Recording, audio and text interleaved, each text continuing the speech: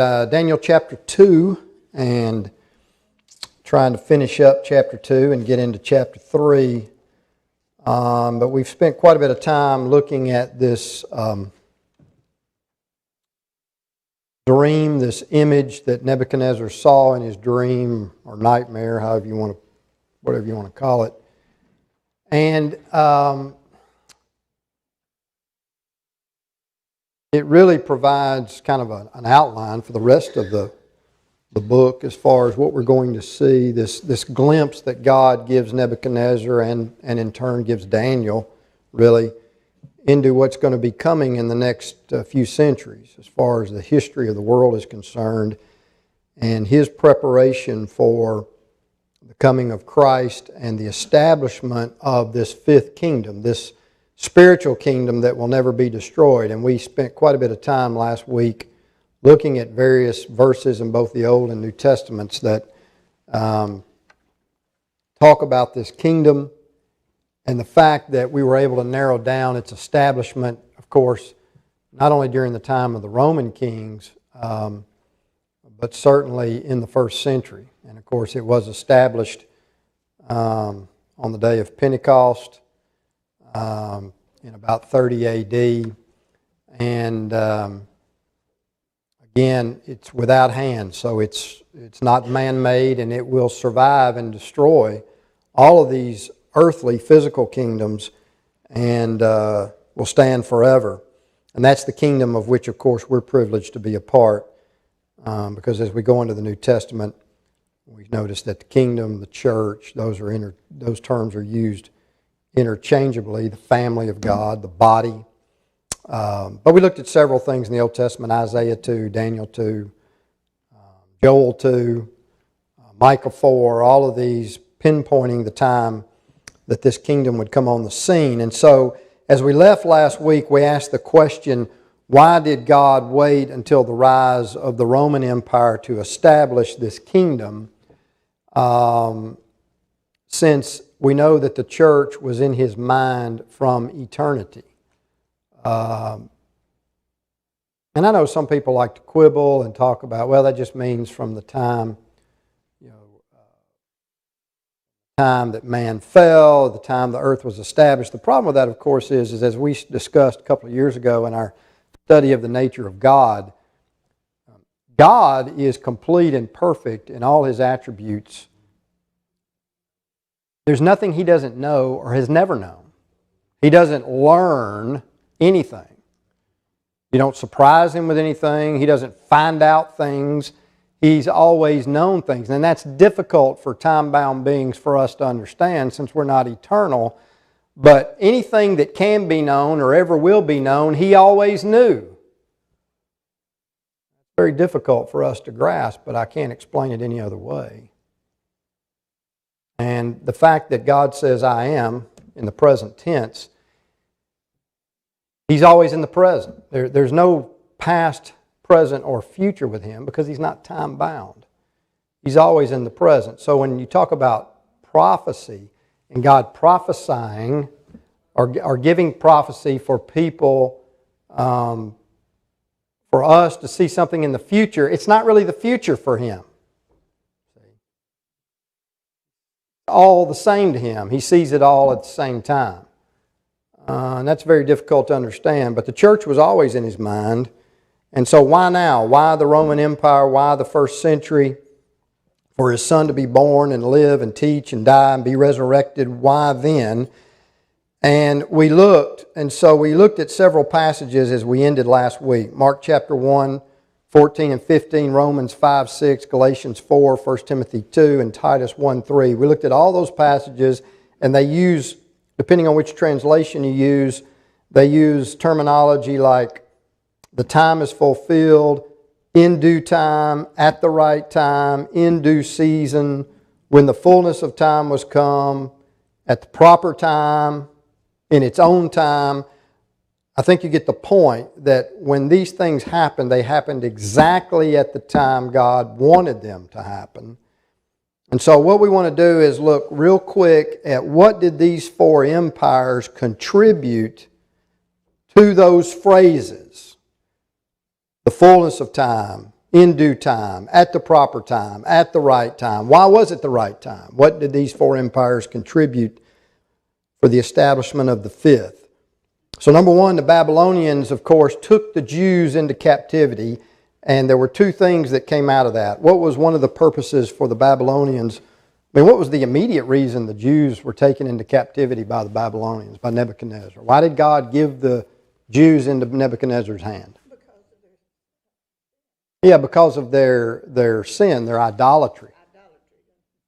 So, number one, of course, God cured them of their idolatry. The Jews were never an idolatrous people after this. Now, they might not have been the most spiritual people in the world in the first century, but they weren't polytheistic. They weren't idol worshippers.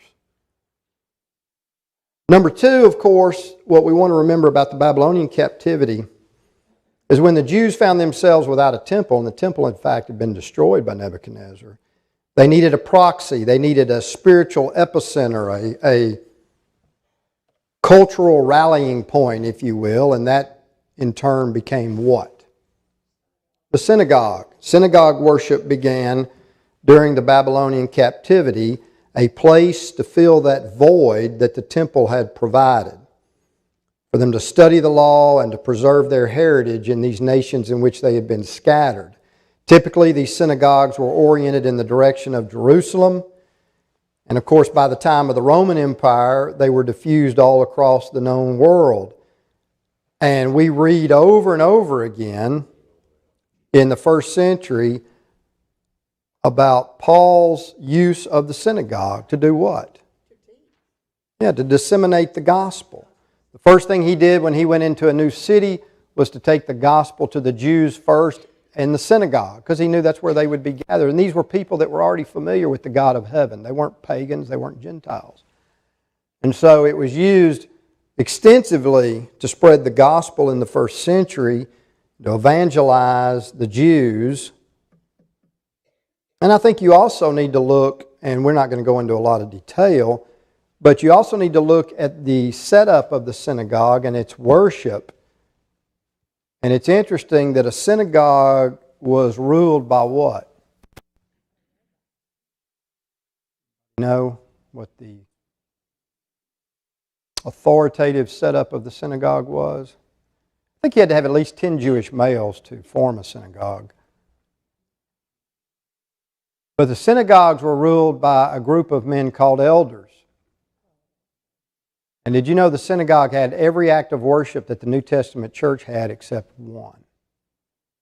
What would that one be? Yeah, the Lord's Supper.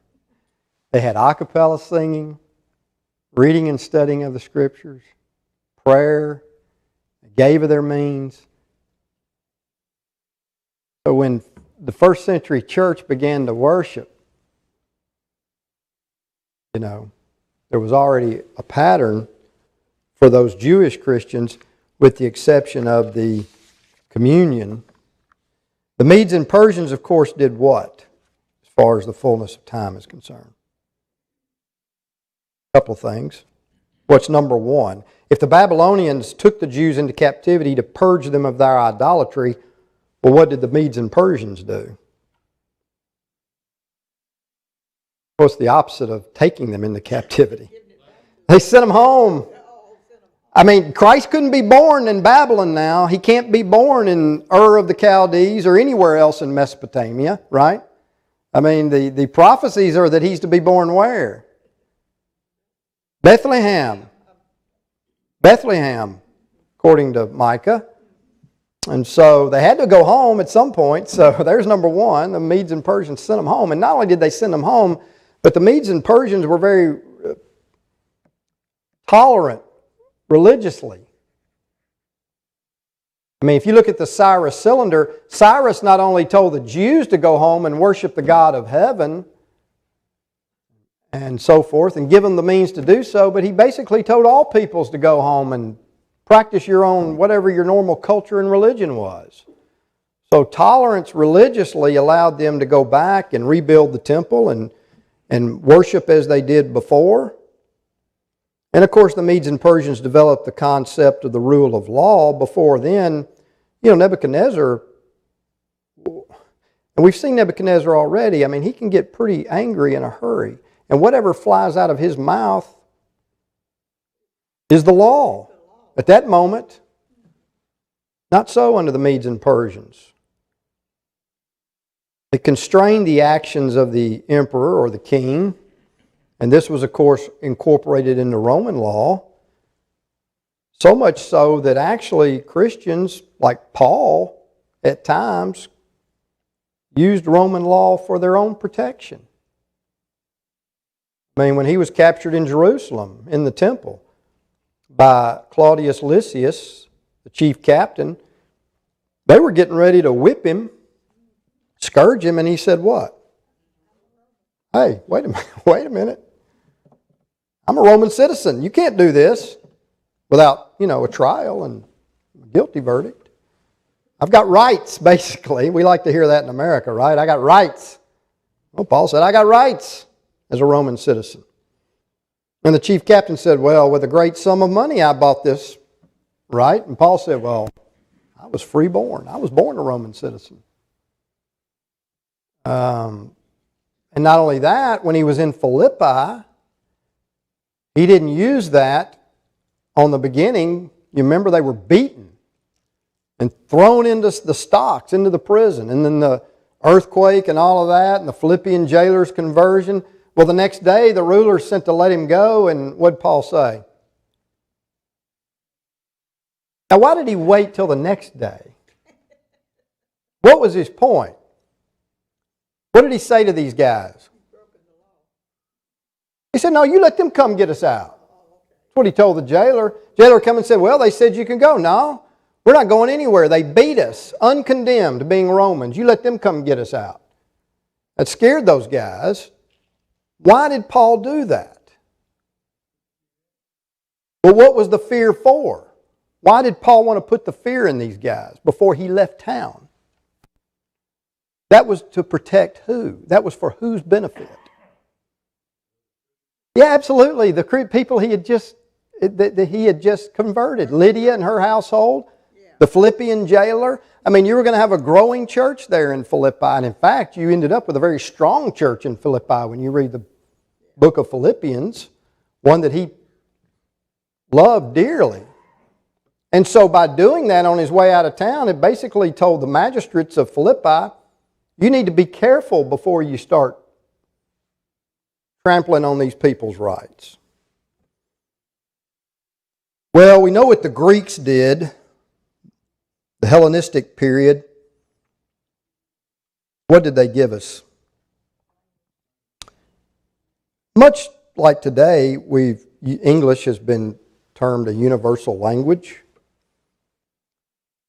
By the time of the Roman Empire, Greek was a universal language of that day. Permanent record, a medium in which not only was the New Testament written in Greek, but a lot of literature of that day has survived. And that allows us to do what? If you not only have the New Testament written in Koine Greek, because people aren't speaking that language anymore, not that form, you go to Greece today, it's not the same language. But if you've got a bunch of other literature what we call extra biblical sources written in that language, what does that allow you to do when you're studying the Greek New Testament, for instance? Yeah, it helps you to understand the meanings of words and phrases and tenses of verbs. That's how Greek scholars, that's one way they know why these things mean the way they do, because they can look at other sources. They can look at other things written in Greek of the same time period. I like what one author said, that it was both versatile and precise enough for fine spiritual distinctions.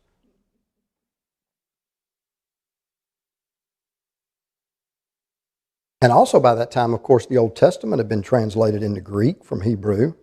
So that was ready to be used by Christians. In fact, that's what Paul was using on, basically when he's traveling around the Roman Empire preaching, and it says those in Berea were more noble than those in Thessalonica. They searched the Scriptures daily to see if these things were so. Well, what Scriptures were they searching?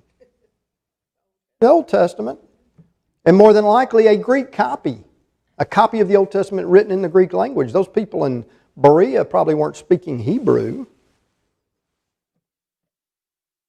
So this pervasiveness of Hellenistic civilization and culture gave you a uniform Greek culture and language in which to travel the world. They were very aggressive in spreading their culture. And so the Romans, of course, united all of the above under one government that spanned 3 continents, ruling over tens of millions of people. And for the sake of the growing church, God graced the Roman Empire with what's known as the Pax Romana, which simply means what? It's a Latin term, which means what? Roman peace. For over 2 centuries, at least, those legions kept peace, a cradle for the newborn infant church to grow, and not only to travel by land, but frankly to travel safely by sea. You know, the Roman army by that time had squelched all the pirates and stuff on the Mediterranean. Several ancient writers testify to that, but Pliny the Elder, writing in the 70s, compared Rome to the sun, the source of light, blessings, and prosperity to the world. He praised the boundless grandeur of the Roman peace, expressing his fervent desire, "May this gift of the gods last, I pray, forever." Early church father Irenaeus wrote in the 2nd century AD that through Roman instrumentality the world is at peace and we walk on the highways without fear and sail where we will. And so again, this ability to travel and spread the gospel basically uninhibited.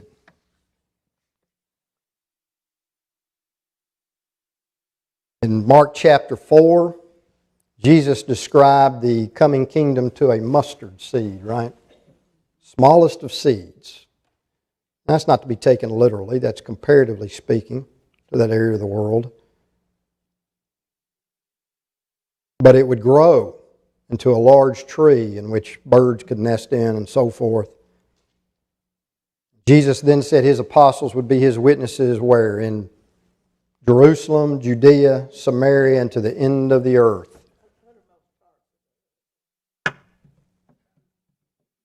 And that was in large part due to this Pax Romana. So God in His wisdom preordained that the 1st century AD, the Roman world, is when He would send His Son and establish this eternal kingdom. Thousands of years in preparation so that the time was right.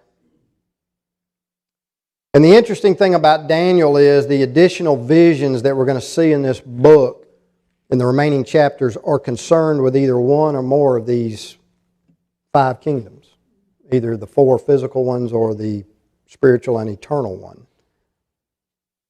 And it's interesting if you count it. I mean, he's talking about Nebuchadnezzar and Daniel are looking now down at least 600 years of history, and if you count the fall of the Roman Empire, almost 1,000 years of history. Daniel is going to... Here's the thing we don't always give... You don't think about it. We think of all these great prophets in the Old Testament. But God disclosed more detailed historical information to Daniel than any other prophet in the Old Testament. There's messianic prophecies in Isaiah and Zechariah and Micah and all kinds of Psalms. But you won't find more detailed historical information anywhere in the Old Testament than you will in Daniel. To me, that's kind of what's exciting about studying the book. Let's go to verse 46. Then King Nebuchadnezzar fell on his face, prostrate before Daniel, and commanded they should present an offering and incense to him. And you understand that if Daniel was standing before Nebuchadnezzar in his court and all his courtiers and all his advisors and all the people that serve him were there, if Nebuchadnezzar bowed down to Daniel, what would the rest of those people have done? They'd have done the same thing.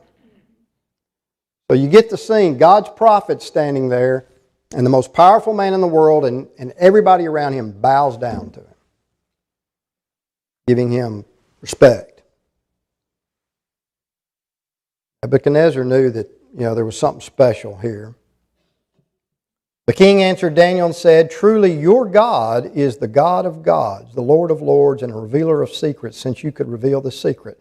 Nebuchadnezzar at this point is still a polytheist. I don't know if he really quite understood what he was saying. Because if he says, "Truly your God is the God of gods," now he still believes in Marduk and Nebo and all those. But in effect, what's he done at this point? What was he saying about his own gods? I mean, he's kind of demoted them, hadn't he? Then the king promoted Daniel and gave him many great gifts, and he made him ruler over the whole province of Babylon, and chief administrator over all the wise men of Babylon. Also Daniel petitioned the king, and he set Shadrach, Meshach, and Abednego over the affairs of the province of Babylon. But Daniel sat in the gate, or the king's court, gate of the king, or actually that's the king's court. That doesn't mean the gate to open the walls of the city. That means he sat in his court. The interesting thing, I like what one commentator said after this supernatural intervention, that Nebuchadnezzar actually gave more respect to God at this point in history, that moment. He gave more respect to God than the Jews that were still living in Palestine were giving to Jeremiah and God. I mean, what were they doing with Jeremiah? Anybody remember? Yeah. Threw him in a well that was full of mud, all kinds of stuff to him. But they didn't like what he had to say. Here's Nebuchadnezzar at least giving some respect. And again, he's not been converted from his other deities, obviously. And Nebuchadnezzar keeps his word. Remember, what did he say when this whole thing started? If you can't tell it to me, you die. Yeah. If you can tell me, then what? No, more than that. Huh? Yeah, you're going to be greatly rewarded. Well, he kept his word on that. Promoted Daniel. Gave him many great gifts. Made him ruler over the whole province of Babylon. And you know, the more I read this book, you just cannot help but see the parallel in the life of Daniel and the life of who?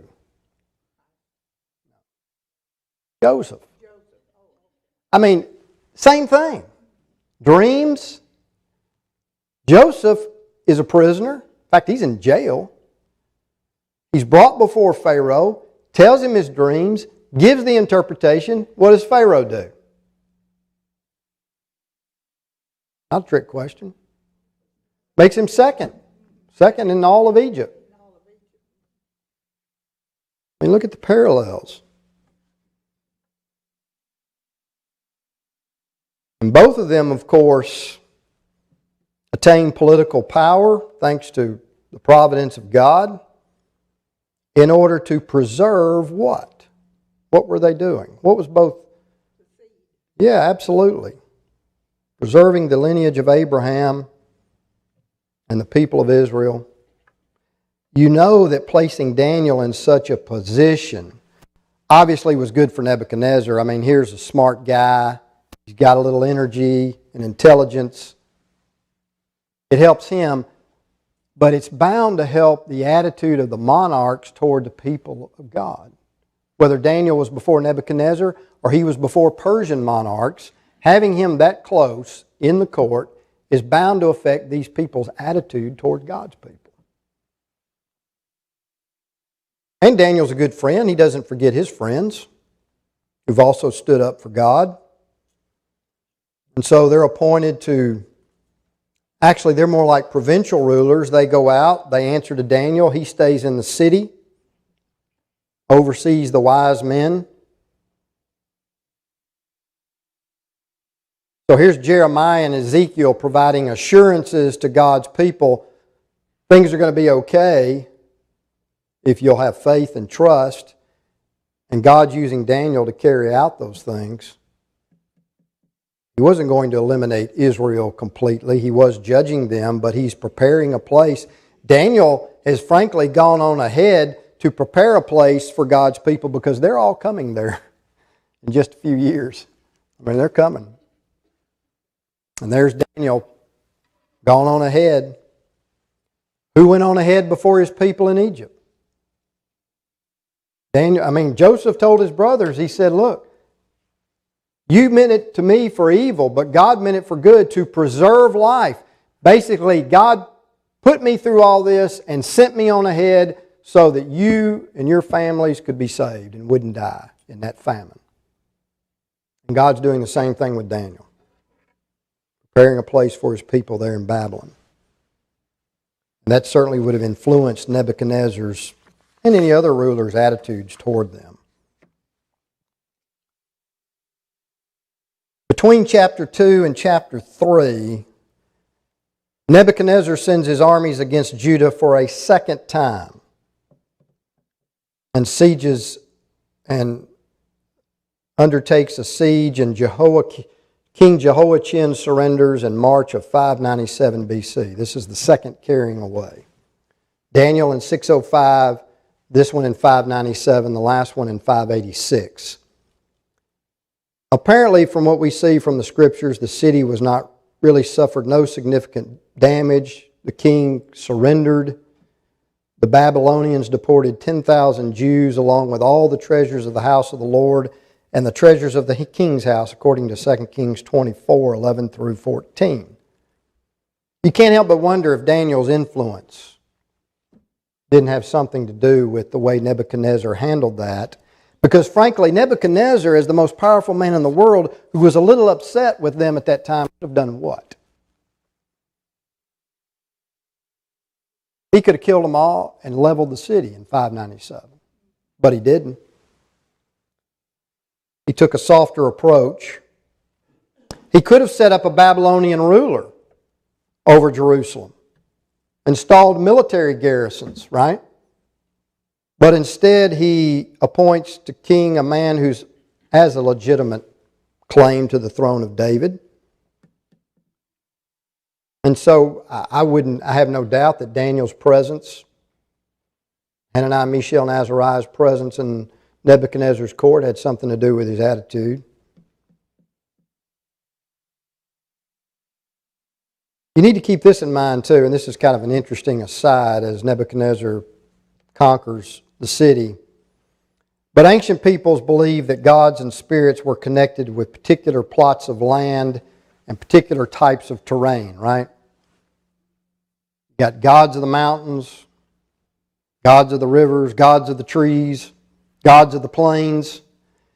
And as we've already said before, if a nation prevailed over another nation, what did that mean?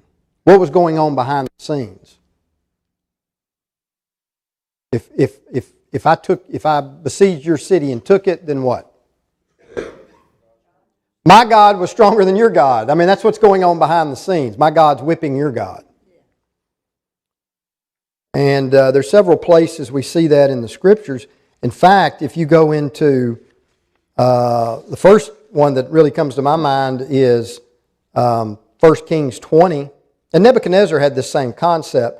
But in 1 Kings 20, you remember Ben-Hadad was the Syrian king and Ahab was the king of Israel. And remember the Syrian, they lost. And the Syrian king's advisors said, Israel's gods are gods of the hills. But let's fight against them in the plain, right? So we're just in the wrong spot. Their gods are gods of the hills. Our gods are gods of the plain. That's where we'll win.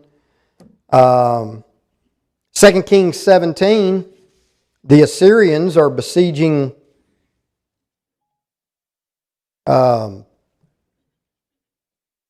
actually it's when the Assyrians carried away the northern kingdom, and then the people that they transplanted to Israel, remember God sent lions and stuff among them and was killing them, and what did they say? What did the Assyrian kings do? Well, you don't know. They say, well, look, we don't know about the gods. They didn't say God. They said, we don't know about the gods of this particular plot of ground we're living in now. Because remember, they're local. Gods are local. So what did they do? They sent priests back from the captive Jews to teach those people about God so that they wouldn't offend Him. Now, they didn't stop worshiping their own gods, but they just didn't want to offend the one that was already living there. And then if you go into 2 Kings 18, when the Assyrians are besieging Hezekiah, remember what they said? What was the boast of the king of Assyria? What did he boast to King Hezekiah? I've conquered all these other lands, and what? What about their gods? Well, their gods weren't able to stop me. See? Yours isn't going to be able to either. Right? That was their concept of gods. And so keep that in mind when Nebuchadnezzar takes Jerusalem. Because you're going to wonder when you get into Daniel chapter 3 and 4, why wouldn't Nebuchadnezzar by now, he's seen what Daniel can do. He's seen what his God can do. So, why is he so thick-headed when it comes to God? Well, it's because of his polytheistic view of gods. There's not one lone God over the whole universe, but there's gods that govern particular areas geographically. So yeah, he may be a revealer of secrets. Okay? He said, Daniel, your God is a revealer of secrets, but he might not necessarily be a God of fire. Something else. In chapters 3, 5, and 6, we really get a historical demonstration of the truths that were taught in the apocalyptic sections. The apocalyptic sections of Daniel assure us of God's sovereignty and the triumph of His people. Now we actually get to see demonstrations of that. And it's not that God's always going to deliver His saints from hardship, but He will deliver them in accordance with His will and purposes. And so Daniel chapter 3 is also going to teach us a little bit about how we interact with civil government. We can't compromise our faith to the demands of an earthly authority when it means we have to compromise our religion or bow to unrighteous laws. Can't conform our faith to the cultural context. Basically, societal pressures do not trump divine law. Sometimes you have to accept death over unrighteous dictates. So let's look at chapter 3. Let's read about the first 6 verses. Nebuchadnezzar the king made an image of gold. Now wait a minute. Where do you suppose he got this idea? I don't know for sure, but I think I can make a good guess. Huh? Yeah, he just had a dream. He just had a dream, and Daniel said what? You're the head of gold. King made an image of gold whose height was 60 cubits and its width 6. Now that's pretty weird looking. It's maybe 90 feet tall by 9 feet wide, but we don't really know. Some of that could have been a pedestal. It's hard to say what it looked like. It doesn't describe it. It just gives us a height and width. He set it up in the plain of Dura in the province of Babylon, and King Nebuchadnezzar sent word to gather together the satraps, the administrators, the governors, the counselors, the treasurers, the judges, the magistrates, and all the officials of the provinces to come to the dedication of the image which King Nebuchadnezzar had set up. So the satraps, the administrators, the governors, the counselors, the treasurers, the judges, the magistrates, and all the officials of the provinces gathered together for the dedication of the image that King Nebuchadnezzar had set up. And they stood before the image that Nebuchadnezzar had set up. Then a herald cried aloud, "To you it is commanded, O peoples, nations, and language." Notice again the diversity of Nebuchadnezzar's, not just the nations that he's conquered, but remember how he's assimilated captives from all kinds of lands to aid in his administration. That at the time you hear the sound of the horn, flute, harp, lyre, and psaltery in symphony with all kinds of music, perhaps a military band or something like that, you shall fall down and worship the gold image that King Nebuchadnezzar has set up, and whoever does not fall down and worship shall be cast immediately into the midst of a burning fiery furnace. Everybody's got opinions on that, but probably a brick kiln type thing. So that at that time, when all the people heard the sound of the horn, flute, harp, and lyre, and symphony with all kinds of music, all the people, nations, and languages fell down and worshipped the gold image which King Nebuchadnezzar had set up. That's through verse 7. Commentators have different ideas. Some have suggested maybe Nebuchadnezzar put his face on this thing. Others have said, no, he wouldn't have been that bold. Probably one of his gods like Marduk or Nebo. But either way, if you praise his deity, that's amounting to a pledge of allegiance to his representative. And Nebuchadnezzar is his representative, whatever his God is. And so it says he puts it up here in the plain of Dura. You know, Babylon was full of idols already. You know, why do you need another one? Yeah. Well, Athens was full of idols. Why did they need another one? I like what one commentator said, when you forsake the only true and living God and you start setting up many gods, you don't find any of them satisfying. And so you just have to set up more. And they don't have to be idols, of course. There's a lot of things we can make our gods and they won't satisfy. Now, the Scriptures don't date this chapter. But Brother Good in his commentary talks about some material from the Babylonian Chronicle that suggests that there was a rebellion in Babylon in about 595 to 594 BC, and Nebuchadnezzar had to squelch it, kill a lot of his own army who had rebelled against him. And it took a couple of months, so if it took a couple of months and there's a rebellion in the capital, more than likely the word's going to get out to where?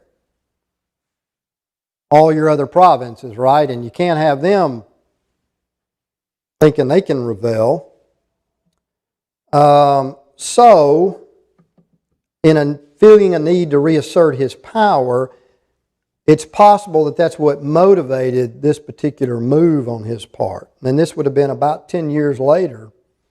But he has this rebellion and he decides, you know, I'm going to assemble. Word's gotten out to the provinces about this rebellion. I can't let this get any further. I'm going to invite all the leaders from the provinces here and make them commit themselves to me. You know, to prove their allegiance and let them know who's boss, who's in charge. After quashing the rebellion in the spring of 594, he marched over toward Palestine to receive tribute from his vassal rulers. He then returned in 594, 593 in the winter. And according to Jeremiah in Jeremiah 51:59, King Zedekiah and other Judean officials traveled to Babylon in the 4th year of his reign, which began in October of 594 BC.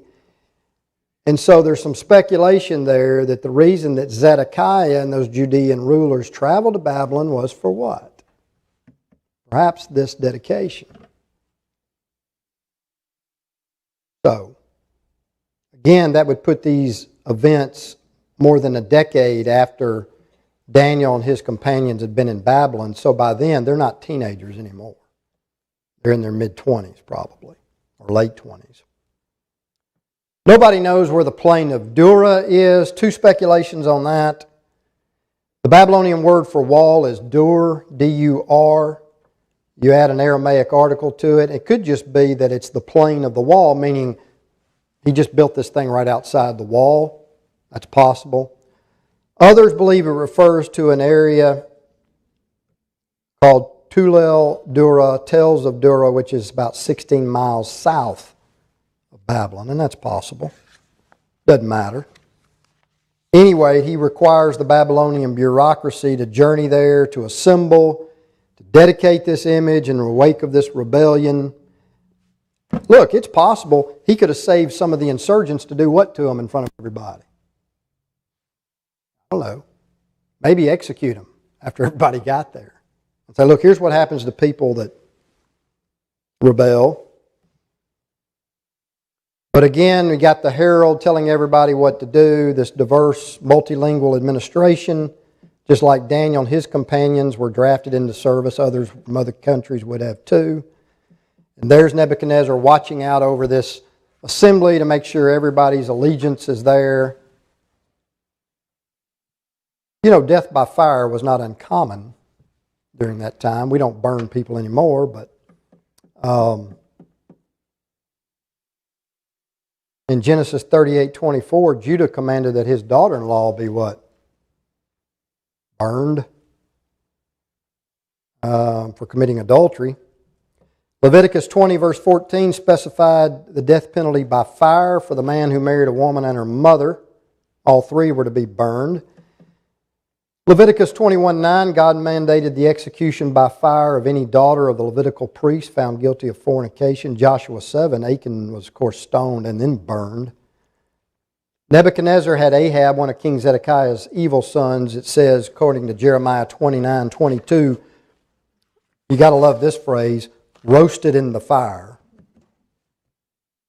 So it wasn't uncommon to execute people by fire. And so here they are. It's time to worship. And what happens? These skulking Chaldeans. We'll pick up there next week. But as you read that, verse 8 and following, see if you really think that was by happenstance or chance. I'll tell you this, it reminds me of what happens to Daniel when he's an old man and Darius is king. You know, he went to his chamber to pray 3 times a day, and what did it say about those guys? You know, they were waiting to catch him. Kind of reminds me of this situation here.